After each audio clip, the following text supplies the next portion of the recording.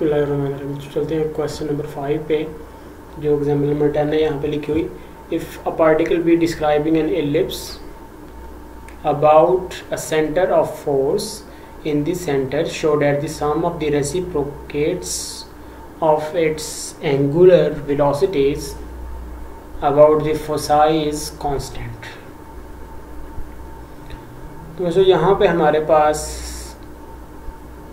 एक point given है, एक पार्टिकल है जो कि डिस्क्राइब कर रहा है एक एलिप्टिकल ऑर्बिट में मूव कर रहा है। वो जो मूव कर रहा है एक एलिप्टिकल पाथ में about a centre of force, जो कि हमारे पास सेंटर ऑफ एलिप्स भी है। अब यहाँ पे बच्चों हमने क्या फाइंड आउट करना है, show that sum of reciprocates of its angular velocities. इस पॉइंट की जो एंगुलर वेलोसिटीज़ हैं विद रिस्पेक्ट टू फोसाई, हमारे पास यहाँ पे जो इलिप्स होगी उसके दो फोसाई होते हैं, आपको पता है। एक का नाम हम एस रख देते हैं, एक का नाम हम एस डैश रख लेते हैं। तो इन दोनों फोसाई की रिस्पेक्ट में जो उसकी एंगुलर वेलोसिटीज़ हैं उनका अगर हम रेसिप्रोक लेके उनको ऐड करें तो उसको हमने प्रूव करना है about the foci is constant. यानी अगर हम एक एंगुलर वेलोसिटी को ओमेगा 1 कह दें और दूसरी वेलोसिटी को ओमेगा 2 कह दें, तो हम ये प्रूव करना चाहते हैं कि 1/ओमेगा 1 प्लस 1/ओमेगा 2, ये हमारे पास जो इसका आंसर आएगा वो एक कांस्टेंट होगा। तो इस फिगर को समझ ले पहले आप लोग।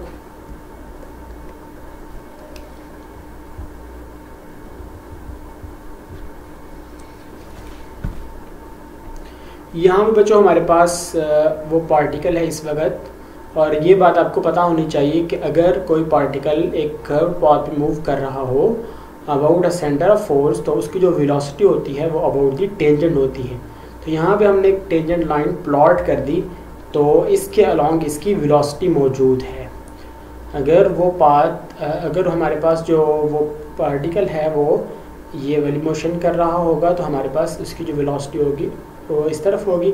अगर वो क्लॉकवाइज रोटेशन कर रहा होगा तो उसकी वेलोसिटी जो होगी वो इस तरफ होगी, राइट हैंड साइड की तरफ होगी। अब हमने क्या किया, CP एक परपेंडिकुलर प्लॉट किया, जो हमारे पास एक्सिस है इसका एलिप्स का, उसके सेंटर से हमने इसके ऊपर इस टेंजेंट के ऊपर एक परपेंडिकुलर प्लॉट किया। और फिर हमने क्या किया, इसको इस पॉइंट को जहाँ पे भी पार्टिकल मौजूद है इसको दोनों फोसाई से मिला दिया बच्चों। तो इसके जो दोनों तरफ एंगल बनेगा हमारे पास, यानी टेंजेंट के दोनों तरफ जो ये लाइंस हैं इनके साथ जो एंगल बनेगा वो बनेगा फाई। तो इस वाले एंगल को भी हमने फाई कह दिया और इस वाले एंगल को भी हमने फाई कह दिया, और ये दोनों एंगल्स इक्वल हैं। अब तो ये हमारे पास, ये हम पहले भी आप बात पढ़ चुके हैं कि अगर हम सेंटर ऑफ द ऑर्बिट से अपने जो जहाँ पे हमारे पास पार्टिकल मौजूद होगा वहाँ पे टेंजेंट लाइन प्लॉट करें, और वहाँ से हम एक टेंजेंट प्लॉट कर दें, एक ऐसी लाइन प्लॉट कर दें जो परपेंडिकुलर हो हमारे टेंजेंट के ऊपर, तो ये जो डिस्टेंस होगा इसको हम P बोलेंगे। तो इसको हमने P बोल दिया। इस तरह फिर बच्चों हमने क्या किया कि हमने फोसाई जो दोनों थे हमारे, वहाँ से भी हमने परपेंडिकुलर प्लॉट कर लिए अपने टेंजेंट के ऊपर।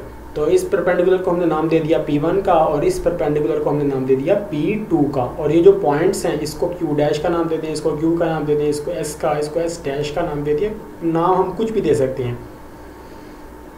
अगर बच्चों हमारे पास ये एंगल फाई है, इस एंगल को समझिए, ये एंगल अगर हमारे पास फाई है, तो अगर हम ये जो लाइन हमने ज्वाइन किया था P और S को, जिस लाइन से ज्वाइन किया था, इस लाइन के ऊपर अगर हम परपेंडिकुलर प्लॉट करेंगे तो अगर ये एंगल फाई है तो ये टोटल एंगल कितना है, ये टोटल एंगल 90 डिग्री होगा, क्योंकि हमने इसके ऊपर परपेंडिकुलर प्लॉट किया है। तो अगर ये टोटल एंगल 90 डिग्री है तो यहाँ पे ये जो इतना एंगल होगा ये हमारे पास क्या होगा, 90 डिग्री माइनस फाई। इसी तरह यहाँ पे जो एंगल बनेगा वो हमारे पास, यानी इधर से लेकर इधर तक जो एंगल बनेगा वो होगा 90 डिग्री माइनस फाई। ये बात आपको बड़ी क्लियर होनी चाहिए। फिर हमने क्या किया, ये जो वेलोसिटी है इसको रिजॉल्व कर लिया कंपोनेंट्स में। तो ये हमारे पास जो वेलोसिटी है जो राइट हैंड साइड की तरफ है, ये जो वेलोसिटी है इसको रिजॉल्व करेंगे तो आपके पास इसका जो हॉरिजॉन्टल कंपोनेंट होगा वो होगा v cos phi। और अगर हम यहाँ से इसको आप ज़हन में रखें, हमारे पास अभी ये हमारे पास v है और एक हमने ये कंपोनेंट इसका बनाया है v cos phi। तो इसके परपेंडिकुलर यहाँ पे अगर हम इस पॉइंट से शुरू करके इसके ऊपर एक लाइन प्लॉट करें जो PS के ऊपर परपेंडिकुलर हो, तो वो जो लाइन, वो जो हमारे पास वेक्टर होगा जो इसको और इसको ज्वाइन कर रहा होगा, वो हमारे पास होगा v sin थीटा। और उस v sin थीटा को हम यहाँ पे प्लॉट करने के बजाय यहाँ पे प्लॉट कर लेते हैं।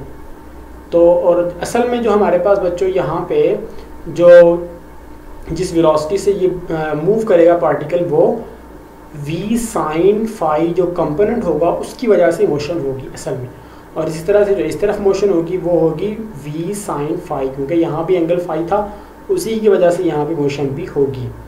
तो इसलिए इस फिगर को आपने बड़ी अच्छी तरह से समझना है। इसी तरह यहाँ पे अगर हमारे पास वेलोसिटी को हम लेफ्ट हैंड साइड की तरफ लेते हैं, इस तरफ हमारे पास पार्टिकल मूव कर रहा है और एंटी क्लॉकवाइज मूव कर रहा है, तो उस वक्त हमारे पास जो इसका कंपोनेंट होगा, एक्स कंपोनेंट होगा, वो होगा v cos phi। और जो y कंपोनेंट होगा वो यहाँ से इधर प्लॉट करने पे अगर हम यहाँ पे राइट एंगल बनाएंगे तो वो होगा v sin phi, जिसको हमने यहाँ के बजाय यहाँ लिख दिया है v sin phi। अब नेक्स्ट चलते हैं। यहाँ पे नीचे आपको एंगल बताए गए हैं कि QPS और Q डैश PS डैश, ये हमारे पास है Q डैश PS डैश, ये Q डैश है बच्चों, ये आप लोग ठीक कर लीजिएगा, इसको O डैश नहीं है। QPS और Q डैश PS डैश, ये दोनों एंगल को हमने फाई कह दिया। If ω1 and ω2 are the angular velocities of the particle at P about the foci S and S dash, and P1 and P2 be the perpendicular distances of the tangent from S and S dash, then यानी यहाँ से यहाँ पे ये भी एक perpendicular distance है और ये भी परपेंडिकुलर डिस्टेंस है, मैं आपको बता चुका हूँ। देन ओमेगा किसके इक्वल होता है बच्चों? हमारे पास ओमेगा होता है v ओवर r के इक्वल। ये बात आपने याद रखनी है कि ओमेगा हमारे पास इक्वल होगा v ओवर r। और v यहाँ पे मैंने आपको बताया कि इसका जो वर्टिकल कंपोनेंट है वो असल में इसको मोशन करवा रहा है पार्टिकल को। तो यहाँ पे हमारे पास आएगा v sin phi, और यहाँ पे r की जगह पे बच्चों क्या आएगा? हमारे पास वर्टिकल डिस्टेंस आएगा फोसाई से, उस टेंजेंट का जो वर्टिकल डिस्टेंस है वो आएगा। और वो हमारे पास क्या था? SP था, और एक हमारे पास है S डैश P डैश, दूसरे वाला जो है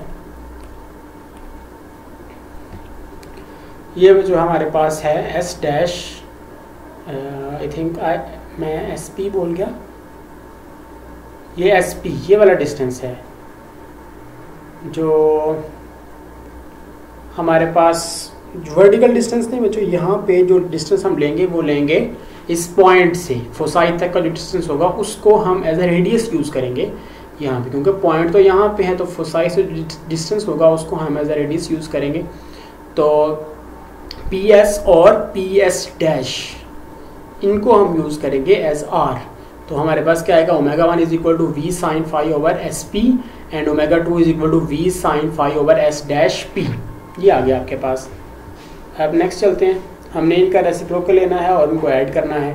तो ω1 तो आ गया, तो 1 ओवर ω1 किसके इक्वल होगा? SP over v sin phi, और 1 ओवर ω2 किसके इक्वल होगा? S dash P over v sin phi। इन दोनों को ऐड कर दें, ऐड करेंगे तो आपके पास क्या आ जाएगा? नीचे तो आपके पास एक कॉमन इसका डिनोमिनेटर मौजूद है v sin phi ऊपर SP plus S dash P। अच्छा, आपको ये बात समझनी चाहिए कि हमेशा अगर हम इलिप्स के ऊपर किसी भी पॉइंट पे मौजूद हों, हमारे पास कोई भी इलिप्स है और उसके ऊपर हम किसी भी पॉइंट पे मौजूद होंगे, तो वो जो दोनों हमारे पास डिस्टेंसेस होंगे उनका सम हमेशा मेजर एक्सिस के इक्वल होता है। चलिए मैं आपको यहाँ पे समझाता हूँ इस बात को।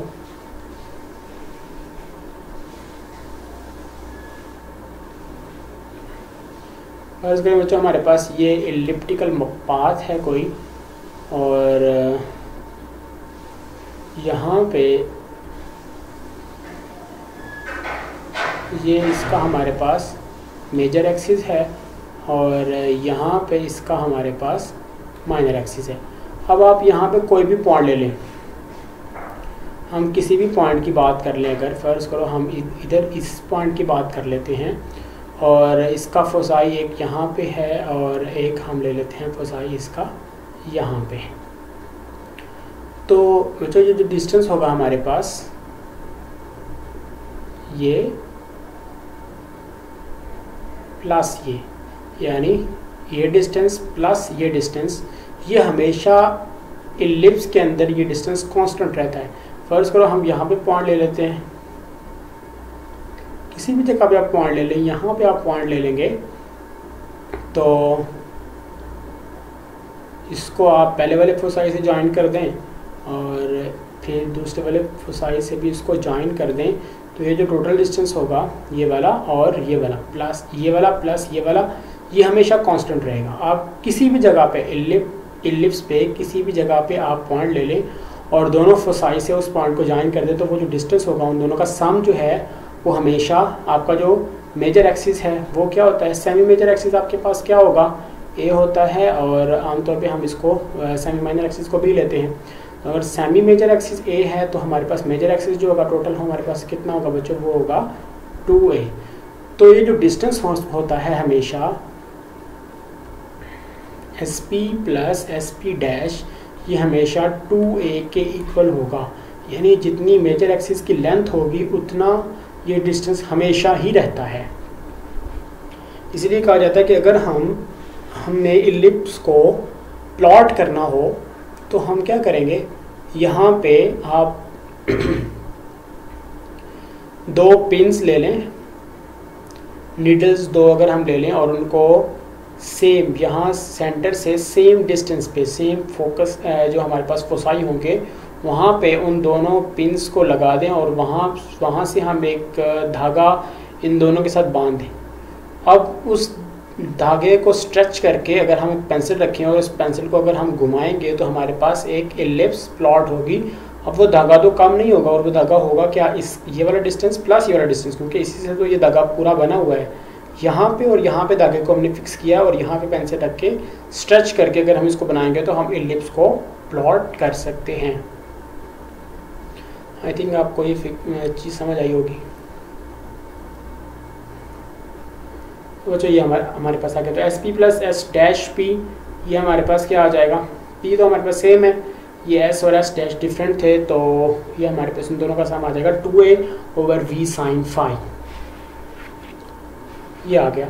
अब from the right triangles PQS and PQ dash S dash, हमारे पास ये जो ट्राइंगल्स हैं PQS, ये एक ट्राइंगल और ये बच्चों हमारे पास ट्राइंगल है PQ डैश S डैश, ये राइट ट्राइंगल्स हैं। इनके अंदर ये जो Q डैश और Q पे जो एंगल बन रहा है ये राइट एंगल है। यहाँ से बच्चों हम क्या करेंगे, साइन फाई की वैल्यू को फाइंड आउट करते हैं। साइन फाई की वैल्यू को फाइंड आउट करें तो आपके पास क्या आएगा,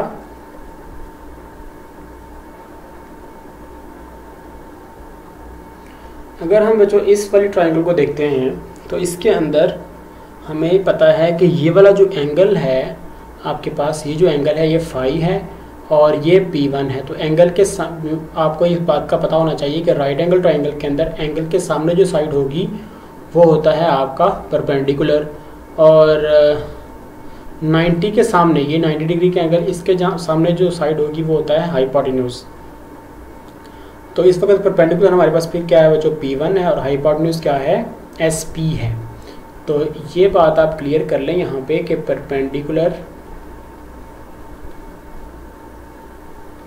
यहाँ पे आपके पास क्या है P1 और हाइपोटेन्यूज आपके पास यहाँ पे क्या है SP, ये आपके पास हाइपोटेन्यूज है। तो अगर हम यहाँ पे साइन फाई फाइंड आउट करें, क्योंकि हमारे पास रिजल्ट्स के अंदर साइन फाई मौजूद है इसलिए हम साइन फाई फाइंड आउट कर रहे हैं। तो अगर हम यहाँ पे साइन फाई फाइंड आउट करें तो साइन किसके इक्वल होता है, परपेंडिकुलर ओवर हाइपोटेन्यूज के इक्वल होता है। तो यहाँ से बच्चों आपके पास आ जाएगा साइन फाई, परपेंडिकुलर किसके इक्वल है, P1, हाइपोटेन्यूज किसके इक्वल है, SP। तो इसका मतलब है साइन फाई हम लिख सकते हैं SP के इक्वल।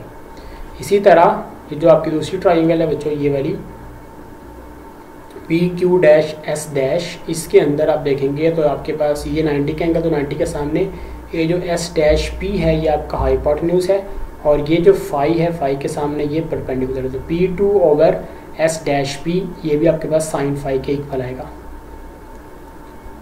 तो यहाँ पे साइन फाई इक्वल है P1 ओवर SP, और ये इक्वल है P2 over S dash P।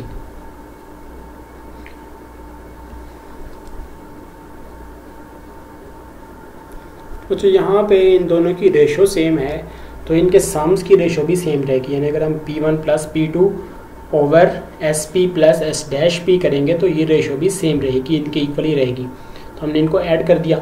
अब अभी मैंने आपको बताया कि SP plus S dash P किसके इक्वल है, 2A के इक्वल है, मेजर एक्सिस के इक्वल है, लेंथ ऑफ मेजर एक्सिस के इक्वल है।